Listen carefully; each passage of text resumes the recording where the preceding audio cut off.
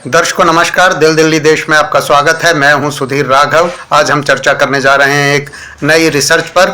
एक बहुत ही चौंकाने वाली जानकारी सामने आई है। न्यूरोलॉजी के वैज्ञानिकों ने पाया है कि मानव मस्तिष्क में टेलीपैथी की क्षमता है, यानी हर इंसान के पास दिव्य दृष्टि है। हर इंसान के पास दूसरे के विचारों को बिना बोले ही समझने की क्षमता है। मस्तिष्क की यह अद्भुत क्षमता इसके फ्रंटल लोब ने जाम कर रखी है और थोड़े से प्रयास से इससे मुक्ति पाई जा सकती है। इस जैमर को हटाया जा सकता है, ऐसा वैज्ञानिक कह रहे हैं। कनाडा की बायक्रेस्ट हेल्थ साइंस के मुख्य शोधकर्ता मॉरिस फ्रीडमैन की टीम ने यह रिसर्च की है और इस रिसर्च में यह पाया गया है कि अतीत में, यानी कि इंसानों के पूर्वजों के पास टेलीपैथी की क्षमता थी और वो इसका इस्तेमाल भी करते थे। ये बात है भाषा के विकास से पहले की। हर होमो सैपियंस के पास तब टेलीपैथी की क्षमता थी और वो बिना बोले ही एक दूसरे के विचारों को जान लिया करते थे। मगर क्रम विकास के तहत मस्तिष्क का जैसे जैसे विकास हुआ, उसने इसे अनावश्यक माना। दूसरे के विचारों को जानना अनावश्यक माना। इस वजह से मस्तिष्क ने एक अपना जैमर विकसित किया जिसको साई अवरोधक नाम दिया गया है। वैज्ञानिकों का कहना है कि यह साई अवरोधक ही वह चीज़ है जो दूसरे के मस्तिष्क से आ रहे सिग्नल्स को जाम कर देता है और दूसरे के मन में क्या चल रहा है ये हम नहीं समझ पाते हैं। मगर इस साई अवरोधक को थोड़े से प्रयास के साथ रोका जा सकता है, तब मानव दूसरे के मस्तिष्क में चल रहे विचारों को बिना बोले ही जान सकेगा, यानी मस्तिष्क और मस्तिष्क के बीच सीधा संवाद हो सकेगा। इस साई अवरोधक को आसानी से निष्क्रिय किया जा सकता है, ऐसा वैज्ञानिकों का कहना है। ऐसा मॉरिस फ्रीडमैन की टीम का कहना है। इस अवरोधक को जाम करने के लिए ट्रांसक्रैनियल चुंबकीय उत्तेजना देने की ज़रूरत है। चुंबकीय तरंगों के जरिए हमारे मस्तिष्क के फ्रंटल लोब के इस जैमर को जाम किया जा सकता है।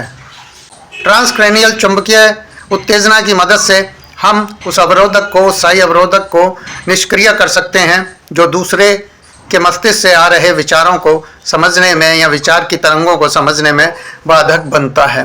अब सवाल उठता है कि जब मस्तिष्क के पास ये दिव्य दृष्टि थी तो उसने इसको जाम क्यों किया? क्रम विकास में इसे जरूरी क्यों माना गया? इसके जवाब में वैज्ञानिकों का कहना है कि ये मानव विकास के हित में रहा, क्योंकि मानव मस्तिष्क में न्यूरॉन्स की संख्या 100 अरब के आसपास है। अगर दूसरे के विचारों से वो चार्ज होगा तो वो दूसरे के विचार और उसकी स्मृति एक जैसी बन सकती है। ऐसे में कन्फ्यूजन और बढ़ते हैं। मस्तिष्क के पास क्लासिफिकेशन बनाते वक्त अपने चार्ज न्यूरॉन को वो अपने विचारों से चार्ज हुए हैं या दूसरे के अनुभव से चार्ज हुए हैं, उसका अंतर कर पाना आसान नहीं था। और जब मनुष्य ने आपस में टेलीपैथी संवाद खत्म किया, उसके बाद उसमें भाषाई विकास बड़ी तेजी से हुए। सभी क्षेत्रों में होमो सैपियंस ने अपनी अपनी भाषा विकसित की और यह एक बहुत बड़ी उपलब्धि रही मानव जाति के विकास की दिशा में आगे बढ़ने में।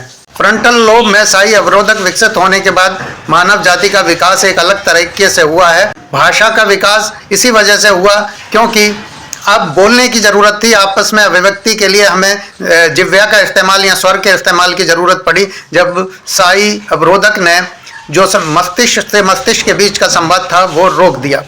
तो इस तरह हमारे जो प्राचीन ग्रंथ हैं उनमें दिव्य दृष्टि की जो बात आती है वो काफ़ी हद तक सही है, क्योंकि अब विज्ञान भी कहता है कि मानव मस्तिष्क में ये क्षमता मौजूद है जिसे रोका गया है। मस्तिष्क ने अपने विकास क्रम के दौरान इसे रोका है। कुछ ग्रंथों में इसका जिक्र अवश्य आता है। दिव्य दृष्टि की बात महाभारत में आती है। ऋग्वेद में तो ये नहीं है, लेकिन महाभारत में आती है। संजय के पास दिव्य दृष्टि थी, बर्बरीक के पास दिव्य दृष्टि थी, इस तरह से कहा जाता है। जैन ग्रंथों में भी इसका भरपूर उल्लेख है, बौद्ध ग्रंथों में भी उल्लेख है और इतना ही नहीं, यूरोप में भी, ईसाइयों में भी इस तरह की कहानियां प्राचीन समय से हैं। टेलीपैथी शब्द को 1882 ईस्वी में फ्रेडरिक मायर्स ने इजाद किया था। Frederic Myers society for physical research के संस्थापक रहे हैं और उन्होंने दिव्य दृष्टि, पराविज्ञान जैसी विषयों पर काम भी किया है। तो हम कह सकते हैं कि टेलीपैथी कोई ओझाओं तांत्रिकों का शगुफा नहीं है। ये एक वैज्ञानिक सत्य है और हमारे मस्तिष्क में या आपके मस्तिष्क में या हर इंसान के मस्तिष्क में इसकी क्षमता आज भी मौजूद है, मगर यह कार्य नहीं कर रही है क्योंकि इसका पाला मस्तिष्क के ही एक जैमर से पड़ा हुआ है। वो जैमर जब हट जाएगा या उसे हटा दिया जाए तो इंसान के मस्तिष्क की टेलीपैथी काम करने लगेगी। विज्ञान इस दिशा में काम कर रहा है और सफलता इसमें ज़्यादा दूर नहीं है। ऐसे ही रोचक विषय के साथ जल्दी ही फिर मिलते हैं। धन्यवाद।